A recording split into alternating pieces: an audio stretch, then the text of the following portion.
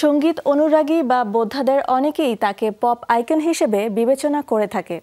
তার ক্যারিয়ারের দিকে চোখ রাখলে বোঝা যায় এক জীবনে তার সঙ্গে সাফল্য ও জনপ্রিয়তা রয়েছে ভীষণ ভাব, যে কারণে তিনি পপ সঙ্গীতে রাজত্ব করে গিয়েছেন টানা 2 দশক।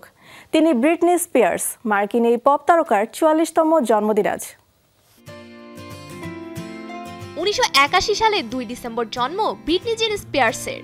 যুক্তরাষ্ট্রের মিসিসিপিতে জন্মগ্রহণ করলেও বেড়ে ওঠেন লুইজিয়ানায়। মাত্র 3 বছর বয়সেই নাচ, গান ও আবৃত্তির সঙ্গে জড়িয়ে পড়েন। তবে বিশাল পরিসরে ব্রিটনির উত্থান ঘটে মাত্র 11 বছর বয়সী ডিজনি চ্যানেলের the all new Mickey mouse ক্লাবের মাধ্যমে।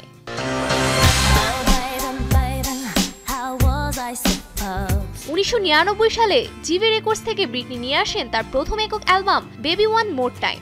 মুক্তির সঙ্গে সঙ্গে যা গ্রাস করেছিল পৃথিবীর সব সঙ্গীত অনুরাগীকে। বেবি ওয়ান মোর টাইমের এই আন্তর্জাতিক সাফল্য যেন বলে দিচ্ছিল বিশ্ব পপ সঙ্গীত অঙ্গনে নতুন এক রানীর আগমন ঘটছে। যে সাফল্য তার ঝুলিতে সে বছর best new artist, female artist of the year সহ 4টি পুরস্কার এনে দেয়। এই অ্যালবামের রেশ কাটতে না কাটতে ব্রিটনি নিয়ে আসেন আরও একটি album I did it again, যার আধিপত্য ছিল অপ্রতিরোধ্য। শ্রোতারা হুমড়ি খেয়ে পড়েছিল অ্যালবাম দুটি সংগ্রহ করতে। ফলশ্রুতিতে অ্যালবাম দুটি একক টিনেজ সিঙ্গারের সর্বোচ্চ বিক্রিত অ্যালবামের রেকর্ড অর্জন করে।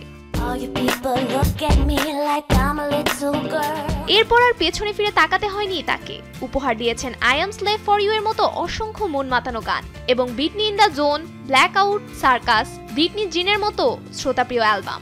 এক জীবনে অগণিত ভক্ত শ্রোতাদের ভালোবাসা যেমন পেয়েছেন, তেমনি ক্যারিয়ারে জিতেছেন একটি গ্র্যামি, 6টি এমটিভি মিউজিক অ্যাওয়ার্ড, 10টি বিলবোর্ড মিলেনিয়াম অ্যাওয়ার্ড, আজীবন সম্মাননা সহ অসংখ্য পুরস্কার।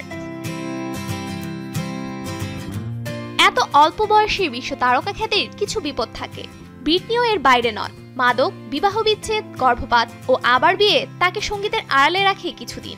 এছাড়া পরিচালনাকারী প্রতিষ্ঠান ও পরিবারের সঙ্গেও দ্বন্দ্বে জড়িয়ে পড়েন তিনি, কিন্তু ভক্তরা ঠিকই তার পাশে ছিলেন। #ফ্রি ব্রিটনি আন্দোলন তারই সাক্ষ্য।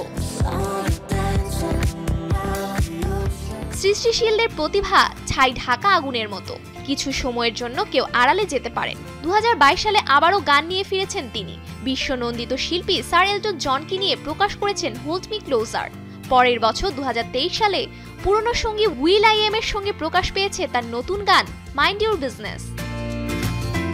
ব্রিটনির গল্প শুধুই খ্যাতির নয়, এটি স্থিতিস্থাপকতা, পুনরুদ্ধার এবং নিজের ওপর দাঁড়ানোর গল্প।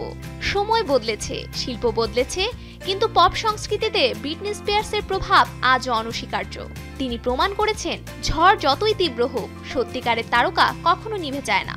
আজকের দিনে শোবিজ টুনাইটের পক্ষ থেকে বিশ্বখ্যাত এই পপ তারকার জন্য রইল অনেক অনেক শুভেচ্ছা। Happy birthday princess of pop. Sofur Afrin, showbiz tonight.